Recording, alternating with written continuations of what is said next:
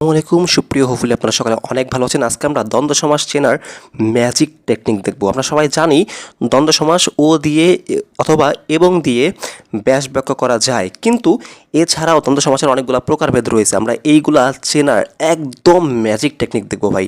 Just ভিডিওটা দেখেন, একদম পানি হয়ে যাবে। ওকে, শুনুন, আমি কিন্তু এখানে কোনো এক্সাম্পল লিখিনি, জাস্ট টাইপগুলো লিখছি। যেমন দেখেন, দ্বন্দ্ব সমাসের অনেকগুলো প্রকার আছে। মিলনার্থক দ্বন্দ্ব আছে, বিরোধার্থক দ্বন্দ্ব আছে, বিপরীতার্থক দ্বন্দ্ব আছে। বেশি আসে এই দুইটা, উলুক এবং একশেষ, দুইটা খুব প্রচুর আসে। এবং আরেকটা আসে, সেটা মিলনার্থক দ্বন্দ্ব। এই তিনটা খুব বেশি আসে পরীক্ষায়। হ্যাঁ, সো আমরা প্রত্যেকটাই আলোচনা করবো। আমি কেন এক্সাম্পল লিখিনি, কারণ আমরা এক্সাম্পলটা হাতে কলমে শিখবো। এইগুলো হচ্ছে অব্যয়ভাব সমাসের, আপনারা দেখে নেবেন ওইটা। হ্যাঁ, ভিডিওটা আপলোড করা আছে। সো ওকে, আমরা দেখি, এখান থেকে লেখা শুরু করবো। ওকে, জাস্ট দেখেন, অবশ্যই পারবেন। জাস্ট দেখেন, খাতা কলম নেন, নোট করবেন। ওকে, মিলনার্থক দ্বন্দ্ব কথা একটু সংক্ষেপে বলে দিই। দ্বন্দ্ব সমাসে হচ্ছে এবং ও দিয়ে ব্যাস বাক্য করা যায়। যেমন মা ও বাবা, মা বাবা ও দিয়ে করা গেছে। হ্যাঁ, মাসি পিসি, মাসি ও পিসি। সো এটা আমরা সবাই জানি, ও দিয়ে করা যায়। আমি এদিকগুলো আর বাড়াইলাম না কথা। হ্যাঁ, ও দিয়ে কি করা যায়, অথবা এবং দিয়েও করা যায়। ও এবং দিয়ে কি করা যায় বলেন তো, ব্যাস বাক্য করা যায়। ওকে, ঠিক আছে। এবং উভয় পদ প্রধান, যেমন দেখেন মা বাবা, মা ও বাবা উভয়টাই কিন্তু লাগতেছে। ব্যাস বাক্যেও মা বাবা লাগতেছে, আবার আমার কিন্তু সমস্ত পদেও মা বাবা লাগতেছে। সো উভয়টাই লাগতেছে। সো উভয় পদ প্রধান, এইগুলো আমরা অনেকেই জানি, এগুলো আমি আর বলতেছি না। আমরা এখন টেকনিক দেখব। ওকে, সো প্রথম কথা হচ্ছে এবং ও দিয়ে ব্যাস বাক্য করা যায় এবং উভয় পদ প্রাধান্য থাকে। উভয় পদকেই ইউজ করতে হবে। ওকে, মিলনার্থক দ্বন্দ্ব বুঝতে হলে আপনাকে বুঝতে হবে আত্মীয় বা রক্তের সম্পর্ক বোঝাবে। কি বোঝাবে বলেন তো? রক্তের সম্পর্ক দিয়ে যদি কোনো কিছু হয়, রক্তের সম্পর্ক ভাই, তখন সেটা মিলনার্থক দ্বন্দ্ব হয়। এক্সাম্পল দিলে ক্লিয়ার হয়ে যাবেন। ঠিক আছে, অনেকে মুখস্থ করে বোঝে না। হ্যাঁ, যে মিলনার্থক আর সমার্থক কোনটা কি হইল, এটা অনেকেই বোঝে না। যাই হোক, আমরা একটু দেখার ট্রাই করি। রক্তের সম্পর্ক, যেমন দেখেন মা বাবা। সো মা বাবার মধ্যে কি রক্তের সম্পর্ক না? অবশ্যই। যেহেতু রক্তের সম্পর্ক বোঝায়, সেহেতু এটা হচ্ছে কি বলেন তো, আপনার মিলনার্থক। যেমন দেখেন মাসি পিসি। হ্যাঁ, অনেকটা রক্তের সম্পর্ক বোঝায় কিন্তু এটা। হ্যাঁ, আপনার সাথে কি কার কি কেমন সম্পর্ক? আপনার সাথে ওইটা রক্তের সম্পর্ক, কিন্তু আপনার সাথে ওনাদের কি সম্পর্ক? রক্তের সম্পর্ক। রক্তের সম্পর্ক বোঝাইলে কি হয় ভাই? মিলনার্থক দ্বন্দ্ব হয়। কিন্তু রক্তের সম্পর্ক ছাড়াও কিছু এক্সাম্পল রয়েছে, যেমন দেখেন চা বিস্কুট। চা বিস্কুট। ওকে, এখন সমস্যাটা কি দেখেন, এইটার সাথে সমস্যা সৃষ্টি করে কোনটা জানেন? এই সমার্থক দ্বন্দ্বটা। সমার্থক দ্বন্দ্ব মানে কি? সমার্থক শব্দ আমরা পড়ছি না, একটা এক্সাম্পল লিখি। দেখেন ঘর বাড়ি, ঘর বাড়ি, এই দুইটা দিয়ে আমরা বোঝার ট্রাই করবো। ঠিক আছে, দেখবেন পানি হয়ে যাবে এখন। তো এক নাম্বার কথা হচ্ছে কি, আপনার সাথে ওই যেমন মা বাবা মাসি পিসি যদি রক্তের সম্পর্ক হয়, তখন কি হয়? মিলনার্থক দ্বন্দ্ব হয়। এখন রক্তের সম্পর্ক তো বুঝলেন, বাকি আছে আরও কিছু যেগুলো দিয়ে ঝামেলা হয়। কি কি ঝামেলা হয় ভাই? এই মিলনার্থক আর সমার্থক, এই যে সমার্থক, এই দুটার একটা ঝামেলা, দ্বন্দ্ব সৃষ্টি হয়। কারণ দেখেন, চা বিস্কুট যেরকম লাগতেছে মনে, ঘর বাড়িও সেরকম লাগতেছে। কোনটা মিলনার্থক কোনটা সমার্থক সেটা বুঝতে হবে। এখন দেখেন, ঘর আর বাড়ি কোনো পার্থক্য আছে ভাই? ঘর মানেও ঘর, বাড়ি মানেও ঘর, তো দুইটাই কিন্তু সেম, মানে কি সমার্থক। কোনো কোনো কিন্তু এখানে কোনো দ্বন্দ্ব নাই, কোনো এখানে কোনো অন্য কোনো কথা নাই। জাস্ট এটা শিওর যে এটা কী হবে, সমার্থক হবে। এখন দেখেন চা আর বিস্কুট, এই দুটো কি সেম বিষয়? না ভাই, চা আলাদা, একটা কাপে আপনি খাবেন, ওই যে চা কাপে খাবেন, হ্যাঁ, রং চা খাবেন বা দুধ চা খাবেন। আর বিস্কুট আপনি কি করবেন, এক নর্মাল খাইতে পারেন, অথবা চার সাথে মিলাই খাইতে পারেন। হ্যাঁ, টোস্ট বিস্কুট হইতে পারে। তার মানে কি, এটা কিন্তু সমার্থক না। এইটা কিন্তু আপনাকে এমনি বুঝতে হবে, এটা সমার্থক না। কিন্তু মিলনার্থক কেন হইলো? কারণ হচ্ছে চা এর সাথে আপনি বিস্কুট খাইতে পারেন, মানে চা আর বিস্কুট পাশাপাশি। ঠিক আছে, এটা কিন্তু বিরোধী না, পাশাপাশি। হ্যাঁ, চা বিস্কুট আপনি একসাথে খাইতে পারেন। যেমন ভাত তরকারি, ভাই ভাত আর তরকারি কি সেম? না, কিন্তু ভাতের সাথে আপনার তরকারি লাগবে। যেহেতু ভাত আর তরকারি অনেকটা কাছাকাছি, এর মধ্যে মিল আছে, এই জন্য বলা হচ্ছে কি ভাই, এটা মিলনার্থক দ্বন্দ্ব বলা হচ্ছে। ইজি হয়ে গেল না এখন? অনেকে এটা না বুঝেই মুখস্থ করা শুরু করে। না ভাই, মুখস্থ করবেন পরে, আগে হচ্ছে বুঝতে হবে। সো ঘর বাড়ি এটা একদম কিন্তু সমার্থক, ঘরও যা বাড়িও তাই, মানে কোনো ডিফারেন্স নাই এখানে। ওকে, কোনো ডিফারেন্স নাই। আরও কিছু এক্সাম্পল আমরা দেখতে পাই সমার্থক শব্দের, যেমন দেখেন হাট বাজার। ভাই হাট আর বাজার কোনো ডিফারেন্স আছে? হাট মানেও বাজার বোঝায়, আর বাজার মানে তো বাজারই। সো কোনো ডিফারেন্স নাই, মানে কি সমার্থক শব্দ। ওকে, আর এই যে যেগুলা চা বিস্কুট এই টাইপগুলো হলো কি মিলনার্থক। সো এই দুটা ঝামেলা চলে গেল, এটা হয়ে গেল, এটা হয়ে গেল, এটাকে আমরা গ্রিন সিগন্যাল দিয়ে দিই এগুলোকে, ঠিক আছে? এগুলো আমাদের গ্রিন সিগন্যাল হয়ে গেছে। ওকে, এবার আমরা এইগুলো আপনার জন্য ইজি হবে। বিরোধার্থক আর বিপরীত, এটা একটু ঝামেলা হয়। দুইটাই বিরোধ বোঝায়, বিপরীত বোঝায়, কিন্তু কোনটা কি এটা কিন্তু ঝামেলা হয়। হ্যাঁ, দেখেন আমরা দেখি, এক্সাম্পল লিখব, দেন হচ্ছে আমরা বুঝবো। আচ্ছা, এটা লিখলাম হচ্ছে স্বর্গ নরক, পরীক্ষায় আসে স্বর্গ আর হচ্ছে কি নরক। আরেকটা লিখলাম হচ্ছে আয় ব্যয়, আয় ব্যয়। আরও কিছু এক্সাম্পল লিখি এখানে, তাহলে বুঝতে ইজি হবে আপনার, অনেক সহজ হবে। হ্যাঁ, যেমন দা কুমড়া অহিনকুল, দা কুমড়াও বলা যায়, দা কুমড়া।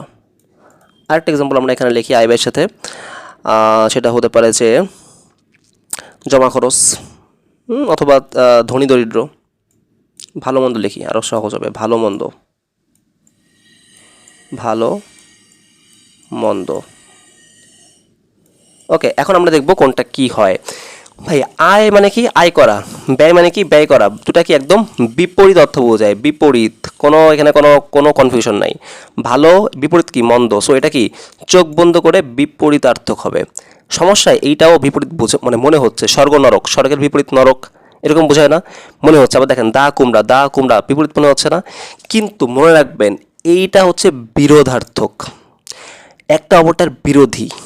আপনি ওখানে যাবেন না, আপনার যাইতে ভালো লাগবে না, বিরোধী। আপনি স্বর্গে যাইতে চাইবেন, আপনি কি নরকে যাইতে চাইবেন? কখনোই না। এটা কারণ কি, এটা এর বিরোধী, যাবেন না। দা কুমড়া এটা বিরোধী বোঝায়, বিরোধী, হ্যাঁ, মানে মারামারির বিরোধী বোঝায়।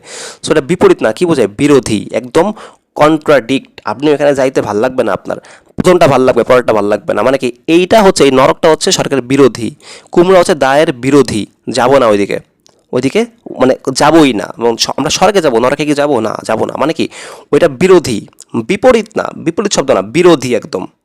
হ্যাঁ, যে ওখানে যাবোই না আমরা, এরকম। আর আয় এর বিপরীত হচ্ছে ব্যয়, কোনো বিরোধী না।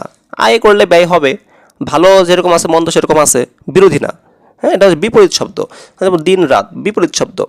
কিন্তু যদি আপনাকে বলা হয় স্বর্গ নরক, আপনি নরকে কখনোই যেতে চাবেন না। ওকে, তার মানে কি এটা বিরোধী বোঝাচ্ছে, আপনি এখানে বিপরীত না, বিপরীত অন কাইন্ড অফ, কিন্তু এখানে তার চেয়ে বড় কথা হচ্ছে আপনি এখানে যাবেন না, কারণ কি এটা বিপরীত না, বিরোধী বোঝায়। ওকে, সো এইভাবে আপনাকে বুঝতে হবে এটা।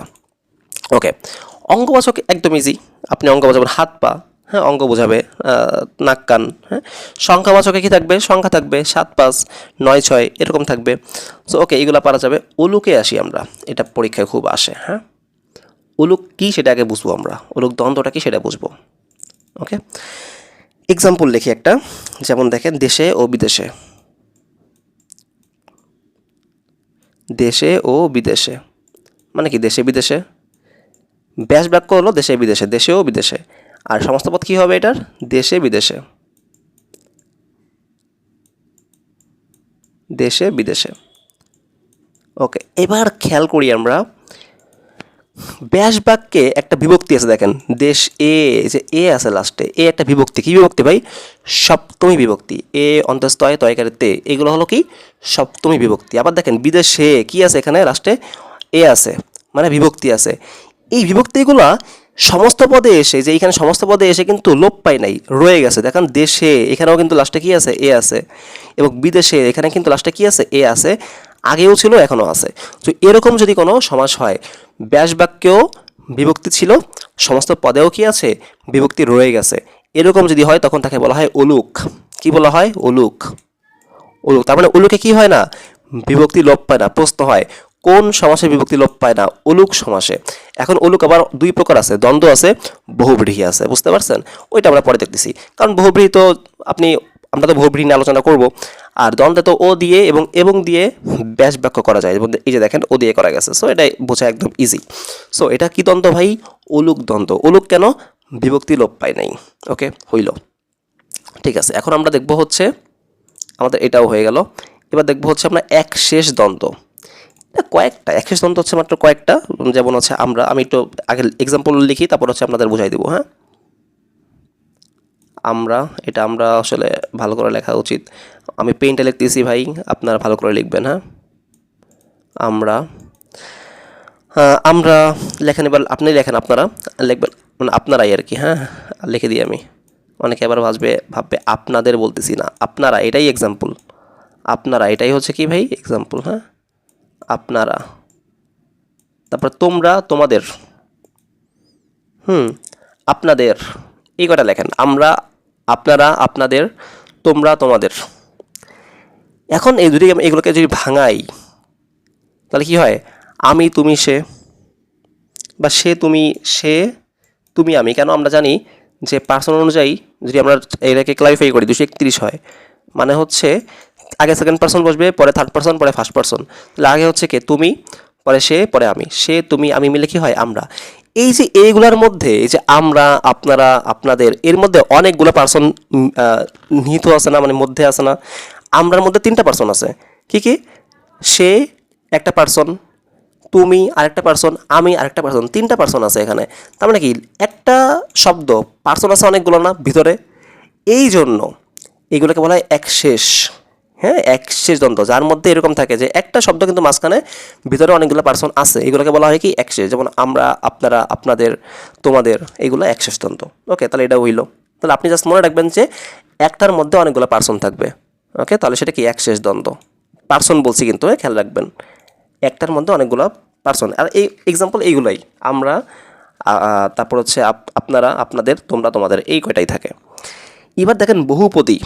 বহুপদীতেও কিন্তু অনেকগুলো পদ থাকবে, কিন্তু পার্সন না। ডিফারেন্সটা দেখেন, এক শেষে থাকবে হচ্ছে পার্সন।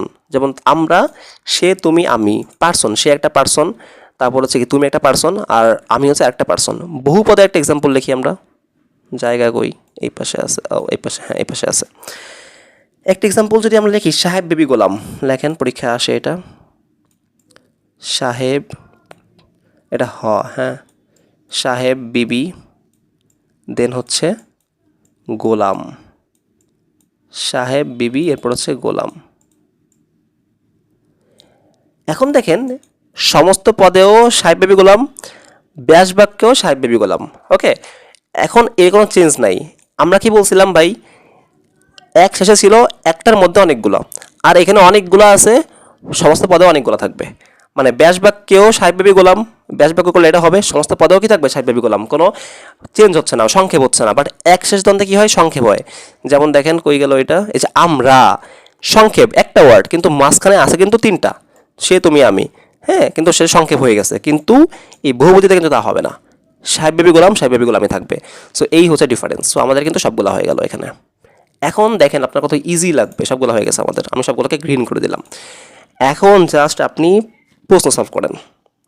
বিগত সালে যে প্রশ্নগুলো হয়েছে বা আপনার বইতে যে প্রশ্নগুলো আছে সেগুলো সলভ করেন, দেখবেন একদম পানি হয়ে যাবে। ঠিক আছে, এর পরেও যদি কোনো প্রবলেম হয় অবশ্যই কমেন্ট করে জানাবেন, আমরা তো আসি। আর অবশ্যই আমাদের চ্যানেলটার সাথে থাকবেন, সাবস্ক্রাইব করবেন। আর প্রত্যেকটা ভিডিও কিন্তু এরকম হয়, আপনারা দেখবেন, আপনাদের অনেক অনেক অনেক উপকার হবে। সকলকে ধন্যবাদ। আসসালামু আলাইকুম।